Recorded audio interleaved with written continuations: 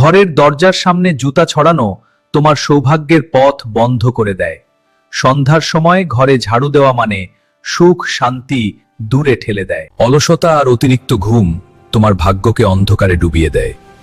বিছানায় বসে খাওয়া সম্মান নষ্ট করে। অপবিত্র পায়ে খাবার খাওয়া আর সন্ধ্যায় শুয়ে থাকা তোমার জীবনের আলো নিভিয়ে দেয়। অন্যের জিনিস ব্যবহার করা, অকারণে ঝগড়া আর বিষাক্ত কথা, এগুলোই অশান্তির মূল কারণ। অগোছালো ঘর আর নোংরা পরিবেশ তোমার উন্নতির সবচেয়ে বড় শত্রু।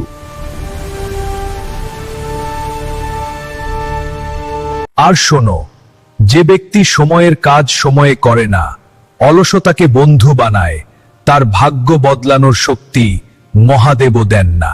তাই এখনই জেগে ওঠো, নিজেকে বদলাও, জীবনকে শুদ্ধ করো, না হলে সময় তোমাকে কঠিন শিক্ষা দেবে। যার মনে বিশ্বাস আছে তার জীবনে ভয় থাকে না।